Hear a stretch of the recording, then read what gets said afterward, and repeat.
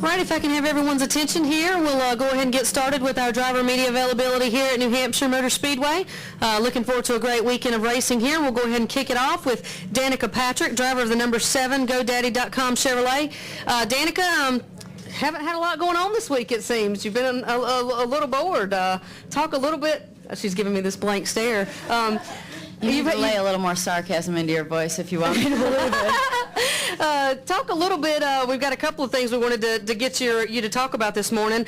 Taking Katie Couric around at Indy earlier this week, if you want to talk a little bit about that. Yeah, we were at Indy. We were shooting some stuff for her new show, Katie, and then we also shot as well for some stuff for Indianapolis for the race in 2 weeks.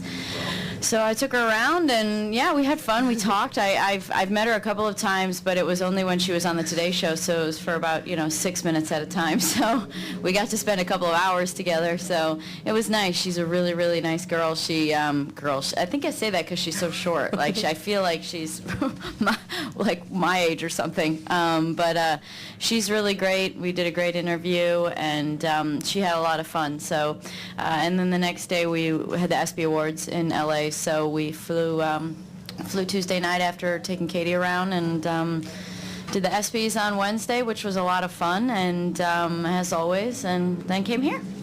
Thank you for the nice transition. I had my notes for Danica this morning, and there was like 9 or 10 notes of stuff I had to get in, so thank you for that. We'll go ahead and get into our competition notes. Danica currently, since 9th in points, has been in the top 10 in standings for 8 of the season's first 15 weeks, made her series track debut here at New Hampshire in 2010, is not currently eligible for the $100,000 Dash for Cash bonus here this weekend at New Hampshire, but a finish among the top 4 series regulars tomorrow can qualify her for the next bonus race at her home track at Chicagoland Speedway. So Danica, just talk a little bit about, just from a competition standpoint, being at New Hampshire this weekend. Well, hopefully it goes a lot better than the first time I was here a couple of years ago, and I'm sure it will to some degree. But we obviously have practice in a little bit. I think our season is coming along as far as getting faster all the time, and working on things throughout the year, like qualifying and restarts and things like that. Everything is I'm finding improvement, and it's just a matter of putting the weekend together and then catching some luck and getting some results that that I feel like we deserve as a team. Last weekend was a perfect example at Daytona with running up front most all night, and then getting caught up in a late race spin. So short tracks are my biggest area that I need to improve in. So, I think I need to keep my expectations realistic this weekend, and just keep on improving from where I've been at on these kinds of tracks. Okay, we'll open it up for questions for Danica. Please raise your hand. We'll get a wireless mic to you. We'll start right here with Mike. Yeah, hi, Danica.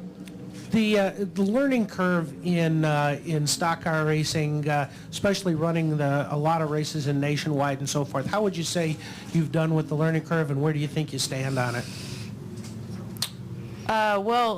Learning curves are individual to the driver and to the person. So, I can't tell you whether or not I think it's good or bad. It's mine. I'm definitely getting better overall, and my pace on the weekend is getting better every weekend, and I remember hoping that I'd be in the top 20 in practice, and now I'm in the top 10 and hoping I can be top 5 or quickest. So practice is getting much better. Qualifying is getting much better. I think I've had much better qualifying results, which helps a lot for the race. And then I think we just need to transition from a car that's comfortable for me to a car that I deal with for a little while, so that I can be fast throughout the whole run instead of the beginning and the end of it. But I think that things are definitely improving. Okay, we'll take our next question from Bob, then come over to Lee, and then Mike. Bob Parker, Sporting News. Did you have any kind of, or what were your feelings when you were back in Indianapolis, and even though it's just kind of ceremonial, taking some laps around there, and what do you think it'll be like in a couple of weeks? It was really good to be back there. I love that place. I love being there. I love being inside of the track. I love it was actually the first time we got ready in the pagoda, and I had done an interview, I guess, one time in there. I don't really remember what it looked like. I didn't go to the grandstand side of it where there's seats on the inside, but I did a Brian Williams interview against the glass facing inside the track. But other than that, I've never really been in them before, and they're quite nice. That was a first for me. But driving around the track, it's just, you know, one thing is always the same when I go there, and especially when I'm driving around the track, is that, you know, you always take it seriously, no matter what kind of car you're in. I always have so much respect for it, and you know, feel very focused when I'm out there. Okay, we'll take a question from Lee, then go back to Mike. Lee Spencer, Fox Sports. Talk a little bit about your testing schedule, what it looks like for the rest of the season, and at what point do you decide what your next step will be? Will it, you know, will you incorporate any nationwide next year, or you go straight to Cup?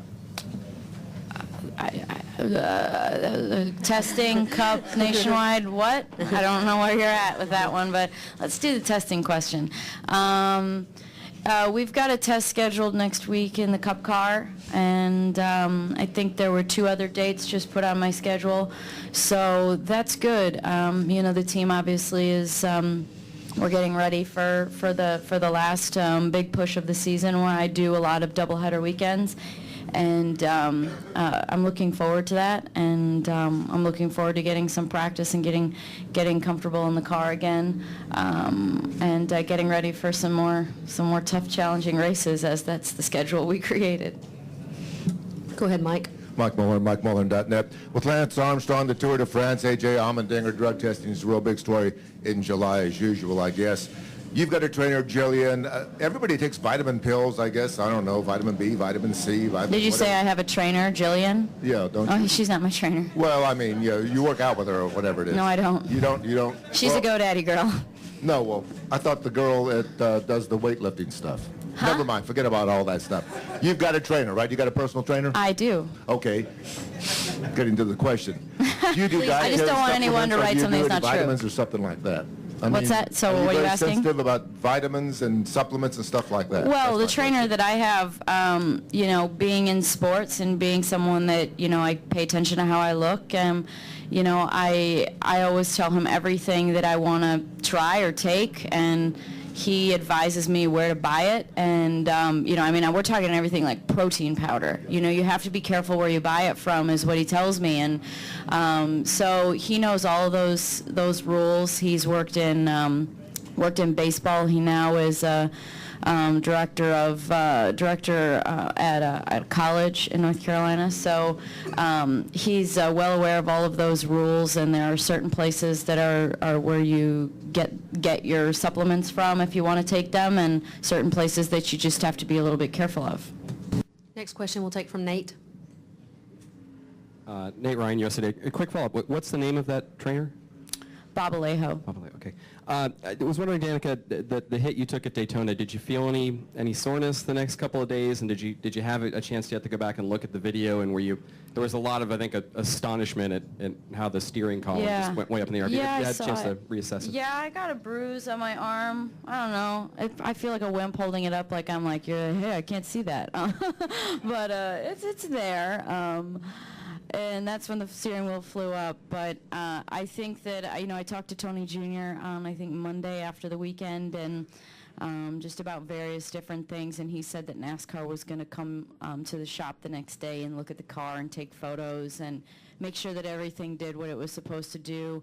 And from what I understand, all the systems worked accordingly, and everything is fine, and it wasn't something that they're going to have to go back and rectify.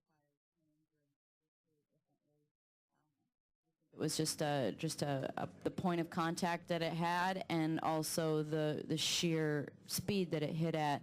Just, you know, I think I'm going to probably sound dumb or be wrong, but I think that Tony said the clip got moved back like 10 inches or something like that. So, I mean, it was a good hit, or in his words, it was a good lick. Okay, we'll take our next question from Lewis. Hi, Danica, straight back. How are you finding this season, you know, following up on Lee's question? It's a long year. when you're jumping back and forth, but I know you did IndyCar and Nationwide last year, but Cup and Nationwide. Now that we're in the heavy part of the year, how are you finding it, and do you enjoy just being in a race car all the time now? Yeah, I really do. I really thought that, years ago doing the full schedule would be a heck of a lot of work that I'm not sure I was ready for. But, right now I feel pretty good. I feel like I feel comfortable. I like being in the car every weekend, and I almost feel like taking a weekend off feels like a lot of time.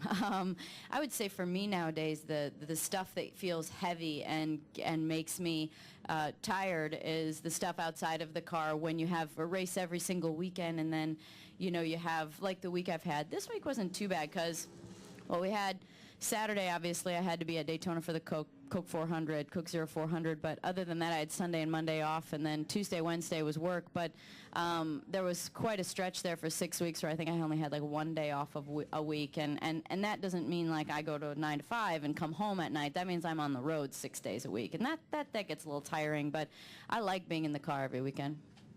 Okay, we'll take another question from the back, then come up to Mike, and then Steve. How would you, right here, how would you describe this race here in Loudon, and what are the challenges of it? What is exciting about this race? I really don't know. I was here 2 years ago, and I was not stellar. And I had an accident in the first couple of laps, and the car was, bent a little bit. But, at that point, it was just good for me to get laps and runs. So I was watching Casey Kane's in-car from last year. I believe we finished second at the end of the day. So so I'm just trying to learn from that and pay attention to the line and how it changes, and just how to set up the passes well here. But I feel like Tony Jr. has a really good grasp for how I like the car setup and what makes me comfortable and what's just doesn't work. And I know that one of the what they tried with Casey made him feel pretty loose, and it was pretty tough to get going at the beginning of a run. So for me, those are things we'll go back on, and hopefully have a strong weekend. Okay, we'll take our final two questions, Mike and Steve. You're going to be going up to Montreal in a couple of weeks for the race up there, I believe. Is that right? Yeah. Mm-hmm. What do you think about road racing and stock cars, and especially a street, a race like that at a small track, tight track? And are you looking forward to it? Yeah, I went to Montreal last year, and I felt relatively lost throughout practice, and the race wasn't so bad, and I think that my pace was decent. We obviously had an issue on the last lap, and the brakes went with 20 to go, but as they found that there was a small leak, and that's why they went. But Road America went a lot better, and I find myself feeling very at ease with going to a road course, and because I've done so much of it, and I feel like the racing in stock cars is really, I feel like it's exciting in a stock car because they don't do, the cars performance-wise aren't, they're not an Indy car. They need a lot more distance to stop. They take a while to get around the corner. You got to be careful putting power down. They're not as fast. So, when you lengthen, especially brake zones up, it allows real opportunities for passing, and that's what fans want to see, and that's what I want to do too. So, we had a strong weekend. Obviously, we didn't get the result that we should have due to the last lap, but we ran top 5 and grabbed the lead even for a little bit. So I'm looking forward to going back to Montreal and feeling more comfortable in the car, and also have driven that track. It's definitely a challenging track in a stock car. Those chicanes, well, stock cars just don't go through those chicanes like an Indy car does, or like an open wheel car does. I only raced Atlantic, not Indy car there. So, but nevertheless, it was a good race. And I remember at the very end, I know I'm getting long-winded right now, but I remember at the very end when, after I'd lost the brakes, I thought, shoot, I must be a lap or two down. I've been sitting in the pits forever while they bled the brakes. And Tony told me that there was that I was still in the lead lap, and I was like, well, let's get it on. So I started in the back, wherever I was, 25th, 30th or something, and I think I feel like I passed for like 15 cars in the first couple laps. So that was fun. That's fun racing. Go ahead, Steve. Yeah, my question was about Watkins Glen.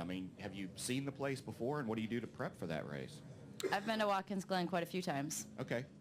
I went there in IndyCar. Did we go last year? You'd know this answer probably, Kurt. Couple years now. But we raced the long course, so So I'm ready if we go long course racing. If not, coming around after the bus stop and turn right, I just got to go straight instead of going down the hill to the left. So I think I can handle that. Could be a problem. We'll see. All right, Danica, thank you very much for your time today, All right, and good luck this weekend. Thank you.